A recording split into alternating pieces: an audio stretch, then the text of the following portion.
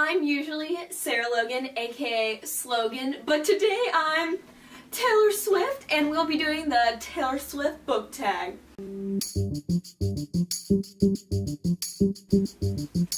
Basically what I'm going to do is I'm going to be spouting out some Taylor Swift songs, and I'm going to link them to some books, so you'll get the gist. Alright. We are never ever ever getting back together. We are never ever ever getting back together. Or we are never ever getting back together. It's basically all I have to do is say a book that I really liked. No, wait, I don't really like it. And I keep going back to it, and then I ditch it in banana, and I say we're never getting back together.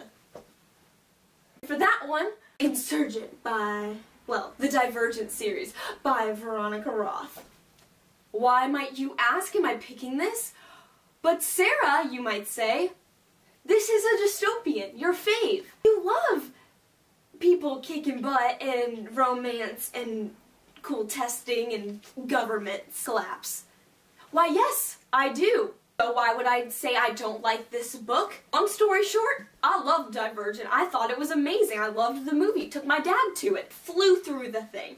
And then got second one. Here. Lost first copy, thanks Michael Viox. So I got another one. And I was ready to start it. I opened it up, I was like, alright! I had the power and the support of Tris and Four from Divergent, and I was ready to get in. So I started reading, I was like, alright, liking it.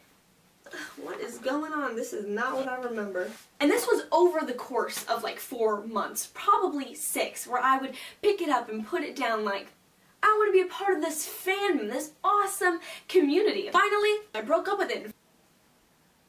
I'm not going to finish the last one, which you will find out later in this video. Loving him was blue like I never knew. Kissing him was dark gray all alone. Loving him was red. Red. So all I gotta do is pick a book that's red. This one's red. Yeah, it is. It's red. And this book is about Ernest Hemingway's wife and how he meets her. She's just a small town girl, and she moves to Chicago and gets thrusted into this crazy world of the 1920s. And like I always said, a little party never killed nobody. But a lot of partying's gonna do a lot of damage. So that's what I learned from this. And adult book. And you have to be really mature when you read it, but I learned so much, and I really love the 1920s, if you know me. So. I had the best day with you today. I don't really know that one, but I sang it anyway. This is a book that made you feel, oh, nostalgic inside. Got the warm fuzzies, like, oh, remember that time when I read that book? Yeah, I remember that. I know, but I liked it at the time. It's even got Miley Cyrus cover. Little Liam Hemsworth. Hey Gail, what you doing so close? I read it in 7th grade. When I see it on my shelf, it gives me the nostalgia. I feel it. I got it. Sometimes I open it up and I'm like, I remember my innocence. It's a love story, baby, just say yes. For this book, I have to pick a forbidden love, and I'm going to be picking... It fell on the ground. But it's still beautiful. Guys, I have not gotten over this book yet. It does have a forbidden love, technically, because the guy is in a relationship, and it gets very complicated, but, It's not that usual forbidden love where you're like, oh, I'm a king, and I'm a maiden, and oh, but I want you, and no, it's forbidden. No, it's not like that. It's real life, and, that's why I picked it.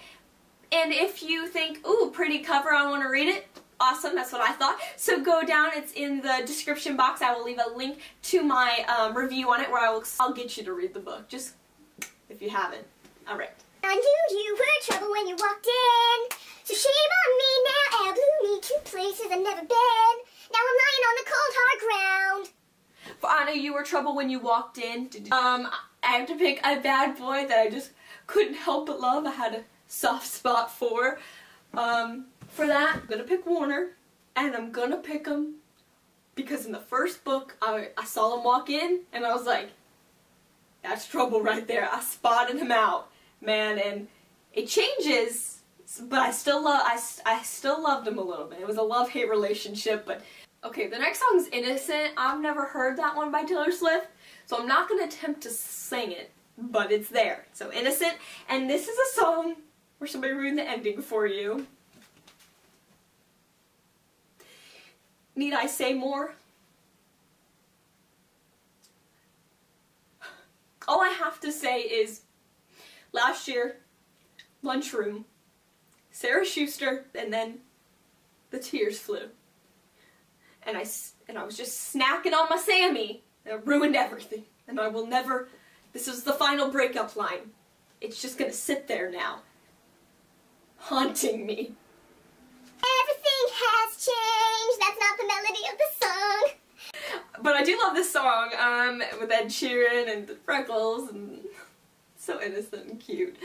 For Everything Has Changed, a book with massive character development. Going back, everything did change, let me tell ya. Eyeball. Shatter me. Juliet had the most character development I have ever seen in a character.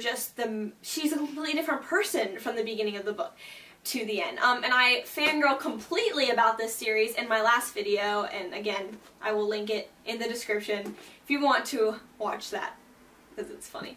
Forever and always, forever and always. Your fave couple. Clary and Jace? You should definitely read that. But another one is definitely Maxton and America from the Selection series. What? A girl's name America?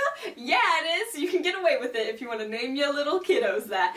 And it's a great dystopia, one of my faves. It's like, okay, easiest way to describe this series is, it's like they had The Bachelor and The Hunger Games and they just smashed it together. That is one of the reasons why that is my favorite, because it's one of my favorite series, therefore, fave couple. Come back, be here. Come back, be here. I'm literally just singing the titles right now. Come back, be here. Come back, be here. For Come Back, Be Here, you're supposed to say a book that you would never lend out. Now, let me make this point. I love lending out books. In fact, if you came to my door and you were like, hey, I would like to borrow this one, or this one, I'd be like, sure, yeah, just give it back to me and we'll be good. I like it because I want you to read books. There's one book that if you wanted to read, I would say, hey, great, read it, it's awesome. Go to the library. Hey there, what's up? See this puppy? This is the 5th wave, and it's beautiful. Come on, let's go. It's a big book, as you can tell, and it's signed by Ricky. So, actually it's not even mine, it is mine now, but Madison Bishop gave it to me because she read the first chapter and she just said, I don't like aliens, so no. And I gave it a chance, and I fell in love. Forever and always. Oh wait, that was another one. But, yeah, so even if Madison asked me to borrow this, I mean, I'd let her, you know, read it, but I would never let this go. I'm holding it tight. Because I just reminisce, when I look at it, I'm just like, Evan and Cassie and aliens and death. Okay. Teardrops on my guitar, the only one that keeps me wishing on a wishing star. For Teardrops on My Guitar, I have to pick a book that just made me cry.